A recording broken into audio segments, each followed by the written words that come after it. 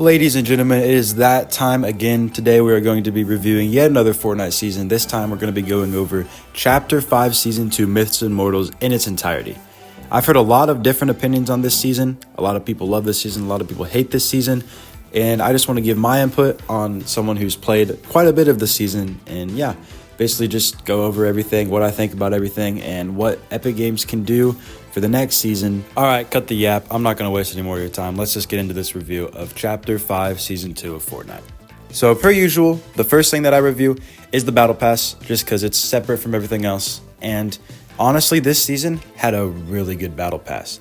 Last season's Battle Pass was insanely underwhelming, super boring skins. I don't know who thought that was a good idea, but somebody did, and it got passed somehow. So I'm glad that we don't have that anymore. And instead, we have this season's Battle Pass, which is so much better. Actually having almost every single skin, no, literally every single skin, being some sort of mythological character, actually relating to the season, and also giving them a unique style and Fortnite touch so they have that little bit of personality, was an amazing thing for them to do. So the first skin in the Battle Pass was Cerberus, and already starting off with a banger. He does look a little weird. He kind of looks like the Hunchback of Notre Dame a little bit. Bro might need a chiropractor, but other than that, I love that it's actually a unique male skin for the tier 100 instead of just a basic female skin.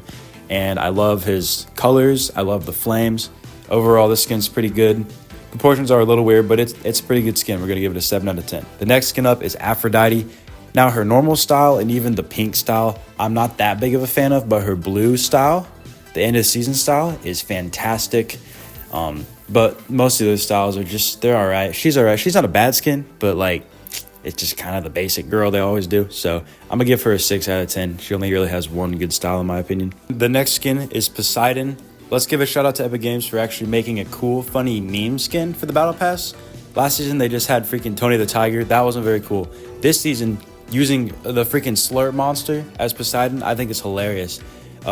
Especially with the medallion leak, that was pretty crazy. But I think that the greatest thing they did with this skin is giving it a freaking lean style. They literally gave this skin a lean style. I freaked out when I saw this. It's super goofy and I love it.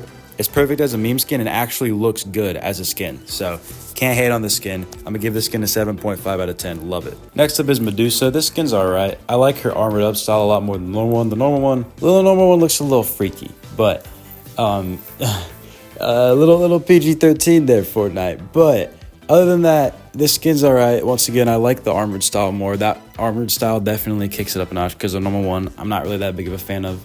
But overall, I think they did a good job incorporating her as a skin. I give her a 6.5 out of 10. She's all right. And then we have Zeus. Now, honestly, as the sort of main skin of the Battle Pass, even if he's not tier 100, he's still like the main skin. I don't really like this skin. I think they did a good job making him look Fortnite-y like they did with all the other skins.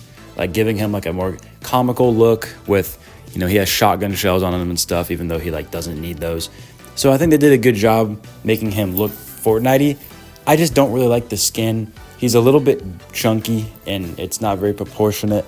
And honestly, just doesn't really have any interesting styles. This skin's probably like a 5 out of 10. It's not like the worst skin in the world, but I just don't think I've ran this one more than maybe once. But don't you worry, because the next skin brings it back. We got Artemis. Now, of course, named after arguably the best Fortnite map. You already know this skin's going to be amazing. This skin, I love the freaking galaxy mixed with like the tactical look. I think it goes really well. All of her styles with the fire one and then like the pink one look so good. This one is probably my favorite skin in the whole Battle Pass. Yeah, amazing job with this skin. I love all of her cosmetics and everything. This skin's going to be at 8.5 from me. This is easily my favorite skin in the Battle Pass. Super good skin. I'll just throw Korra in here before we get to tier 100. I don't watch Avatar, okay? I don't watch any anime. I don't have any care for the show or the character. And the mythic she brought to the game makes me want to rip my hair out. And also, I just don't like how the skin looks. So I'm going to give her a 5 out of 10 because I don't like the skin and I don't care for the show. So I really don't have any reason to like this skin. But tier 100, oh my goodness, Epic Games cooked. So the tier 100 last season was like a mid basic female skin. This season, we get Hades. Literally, A, fits into the theme and the storyline perfectly. He literally has an entire realm on the map, right? B, they made this skin so cool. They could have done anything for this, like, I don't know if Hades is technically a bad guy, but like bad guy looking character. They could have done anything with him, and they decided to make him this like skeleton looking dude with like a robe and a gas mask with like a broken crown. So cool. They nailed his character design, making it look unique and Fortnite-ish while also making it super, super cool. I think they actually cooked with this skin so much. I'm going to give this skin also an 8.5 out of 10, just like Artemis. I love this skin. This one was definitely my second favorite. And the purple style, so freaking clean. They did such a good job with this tier 100, and I hope that the rest of the tier 100 skins in this game reflect not only the uniqueness, but also just the coolness of this skin. I love this skin. Battle Pass, overall this season, I'm going to be giving it 8 out of 10. Amazing step up from last season. The next thing to cover, per usual, is the map. The map, they did also a great job on this season. Having 2 separate zones on separate sides of the map that reflect 2 different like biomes or like realms of these mythical characters. It is an amazing job. It's like you have the light and the dark on each side of the map. And I love how they not only made the terrain around them both sort of fit the vibe, but also the colors. They did an amazing job. The green lake contrasted with the bright yellow grass. I mean, maybe I'm getting a little too deep here, but like they did a really good job making these biomes really reflect what I think they were intended to reflect. And so I love the map. I love the new POIs. Grim Gate and the Underworld are both massive, amazing POIs. I love them both. It's a little bit hard to traverse them sometimes just because there's so many random like gaps and stuff. But generally, very good POIs and very good bosses and medallions that come from them. In terms of the other side of the map, I really like Olympus. Once again, looks just like Olympus if it was in Fortnite style. They did a great job with it. The statue's super cool. The only POI I'm not a big fan of is Brawler's Battleground. Maybe that's just because the medallion sucks, so I never land there, and the boss is super strong, but I'm not a fan of this POI. It's not bad, but it's just, I don't know, the spot it's in on the map, it's like if you land there, you're kind of just screwed for the rest of the game, so not really a big fan of that. But overall, the map changes are very good, and I like how they added little tiny spots around the map that also reflect it, and they definitely took out some of my favorite parts of the Chapter 5 map, but replaced them with things that I would consider to be better, so it was worth it. Overall, the map this season is getting an 8 out of 10. They also did a fantastic job on the map, and yeah, overall, actually cooked with this. So now on to something that's a little bit more controversial, which is going to be the loot pool this season. I will say already, I like this loot pool a lot better than last season. We'll start out with the shotguns. The shotgun balance was a lot better this season. The Gatekeeper, I didn't think that they could add a new shotgun to the game that could actually feel unique and different, but they managed to do that with the Gatekeeper.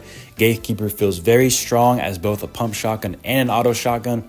Yeah, overall, Gatekeeper's an amazing addition to the game, really helps balance out the loot pool because it was being dominated by the auto.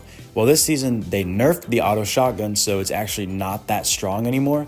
It's still pretty strong, but it's not like last season where someone pushes your box and goes doo, doo, doo, and you're dead, and there's nothing you can do about it because your hammer pump hits for 30 damage. So very glad that they nerfed it. With the hammer pump itself, I really wish they would have buffed it a little bit. I know that they're almost kind of replaced it with the Gatekeeper, but the hammer still is a very weak shotgun. I should not be having to hit someone 4 times with a... I shouldn't be having to... When I'm trying to box fight someone and I have a gold one, it shouldn't take me 3 or 4 hits to kill them if I'm hitting them in the head and things. So I just think that, honestly, they need to nerf. Honestly, I think that they need to remove the hammer pump next season and replace it with a more underused but very good pump shotgun like the Thunder or the Havoc. But overall, the shotgun gameplay was a lot better than last season. In terms of the long-range game, they kept my baby, the sniper, in. Let's go. That is the only reason I have been dropping so many wins is because I love this sniper. Top 3 guns ever added to the game, in my opinion. One of my favorites. So thankful that they kept it, and they even tried to nerf it, but they can't nerf your boy. So I've still been going absolutely insane with the sniper. Love it. The new DMR is, I mean, it's a DMR. The only DMR people were really ever crazy with was the first one, and now, I mean, they all just kind of have fallen off. Now that every gun has bullet drop, there's not really an appeal. They should stop making DMRs. But this one wasn't bad.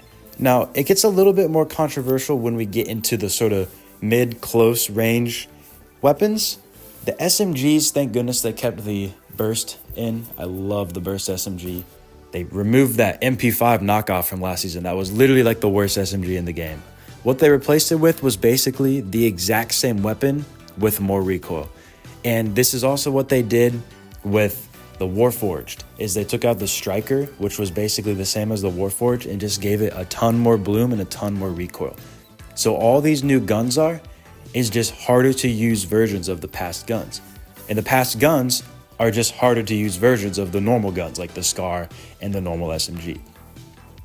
And so I'm seeing a pattern this chapter where it kind of seems like they'll take normal guns, replace them, and make them moddable with bullet drop.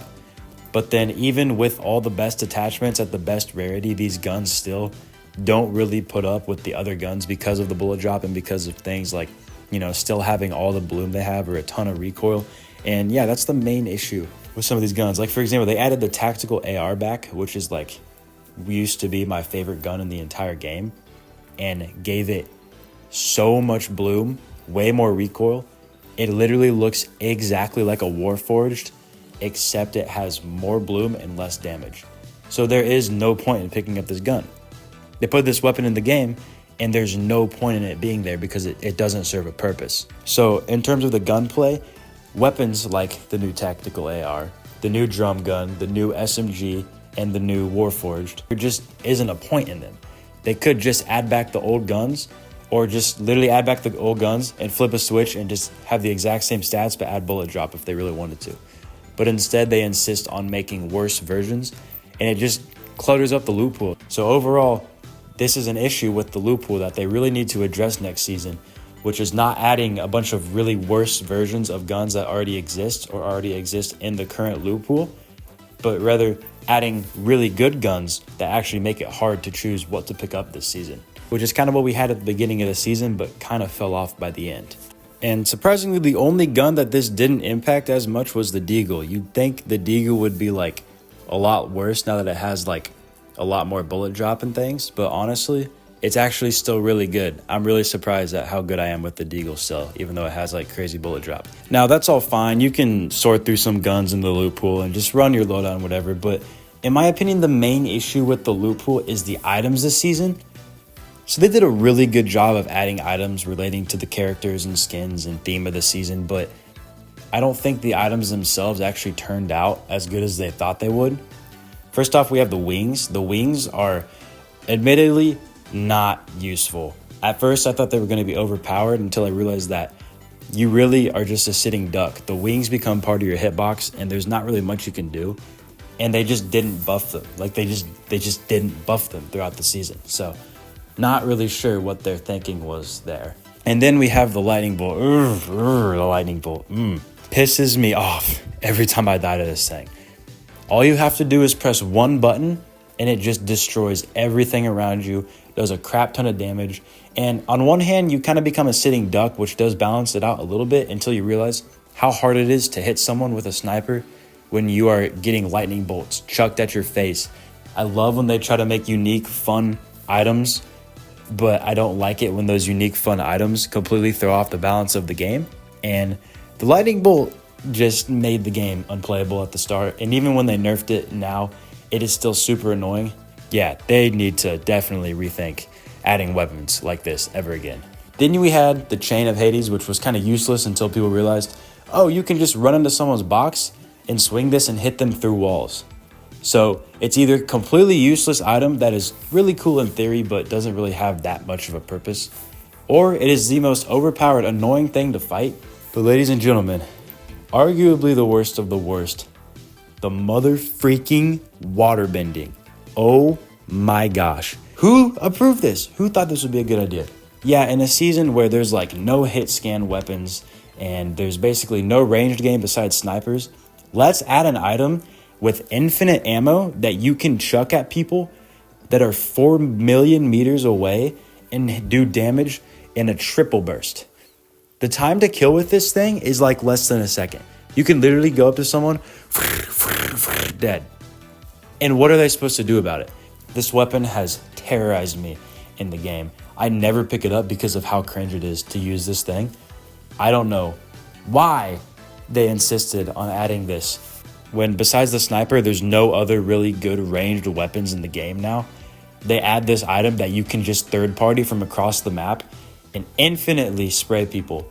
So as you can see, the actual weapons in the loot pool are pretty good. There's a couple weapons that are kind of useless and kind of just clutter up the loot pool. But other than that, most of the weapons are pretty fun, pretty fine, a lot better than last season, a lot more diversity.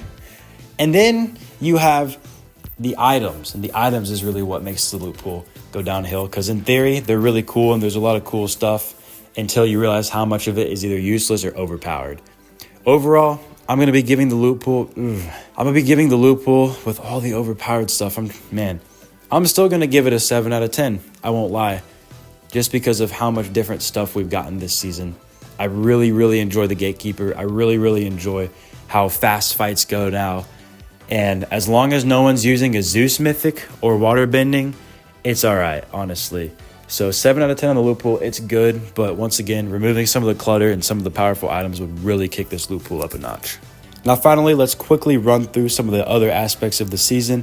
First off, the medallions and the bosses. I think the boss fights are a little bit too difficult this season, but I love the idea that you don't have to actually start them if you don't want to. It's fully up to you to knock down the statue and start the boss fight, which is honestly how I've thought before they should do it, but I just never thought they would do it that way, giving you the option to start the boss fight. But they actually ended up doing it, and it's one of my ideas that I just kind of never put out there because I didn't think they would actually do it. So I love that, and the medallions this season are super cool. Besides maybe the Ares medallion, all of the medallions are very unique, very fun, and very powerful, and it's definitely worth killing the bosses to get them this season. When last season they were strong, but once they had nerfed them, they weren't like insane. Overall, they did a great job with the bosses and medallions this season. They just could have made them a little bit easier to kill. And next, let's talk about the bunkers. So instead of having the vaults this season, they had bunkers that spawn late in the game. And my only real issue with these bunkers is A, not all of them spawn. I think it's unfair to not have all of them spawn and have that be more RNG. But B, they spawn too late into the game. They need to have them spawn maybe like one storm earlier. And that would be a lot more balanced in my opinion, because you shouldn't have to wait the entire game to get your guns modded. So yeah, honestly, like the bunkers, they just could have fixed them up a little bit. And finally, a big talking point of the season has been the updates. I personally think that they did a really good job for the first half of the season with consistent updates that added a lot of things that not only advanced the storyline and the theme of the season, but also making the game feel alive. Oh my goodness. I mean, we had the Midas update where they brought an entire game mode. They brought Flora's Lava back. How freaking fun was that? But it kind of felt like almost weekly big updates, honestly, with how much they were adding. So they did an amazing job with these consistent updates that added a lot until the Avatar update. Once we got the Avatar and Star Wars updates, it kind of felt like they were just doing collabs again. And the Avatar items felt really good, but kind of cluttered up the loot pool. And then the Star Wars update, none of it really feels that useful. Overall, they've still done an amazing job having consistent big updates, even if now they're kind of just collabs that don't feel as impactful. So overall, the updates this season were good, and if they keep on this track next season, just with less collabs, then we're going to have a pretty good season. Now we are finally at the end of this very long season review, but I had a lot of thoughts, especially about the loot pool, that I wanted to put out there and sort of get my mind straight about this and put this out there. As someone who plays a lot of Fortnite and has been getting very, very good compared to my old skill these last couple seasons of Chapter 5, I wanted to put my opinions out there as someone who is a lot more dedicated to the game than your average player. As much as there were some issues with this season, overall, this season really has brought back a lot of my joy for the game that was lost with Season 1 of Chapter 5. This season seems to have a lot more character, and, Epic Games actually seems to be listening to the community more. This season is definitely a step up from last season. I know last season I kind of rated this season a 6.5, but looking back, I don't think I would give it that high of a rating anymore. Now that I've experienced a better season of this chapter, I see what the potential is, and I'm going to go ahead and rate Chapter 5 Season 2 Myths and Mortals a 7.5 out of 10. This season, once again, had a couple issues which kind of kept it from being a peak season, but this season brought back so much character to the game. There was so many more updates, so much more impactful changes, and this season feels unique, very fast-paced, and overall, I love this season, and the love that it's brought back to me from this game reminds me of past chapters. The life that this game was given and the personality, the character that it had with the characters they added was very, very good. So overall, this season was a 7.5 out of 10, a big step up from last season, and I'm very excited to see what they do next season. Thank you guys for watching this video. I know this one was a little bit longer, but hopefully this one pops off in views like my last couple have. Thank you guys so much for watching. God bless you guys. Have an amazing day, and I can't wait to see y'all in season 3. Peace.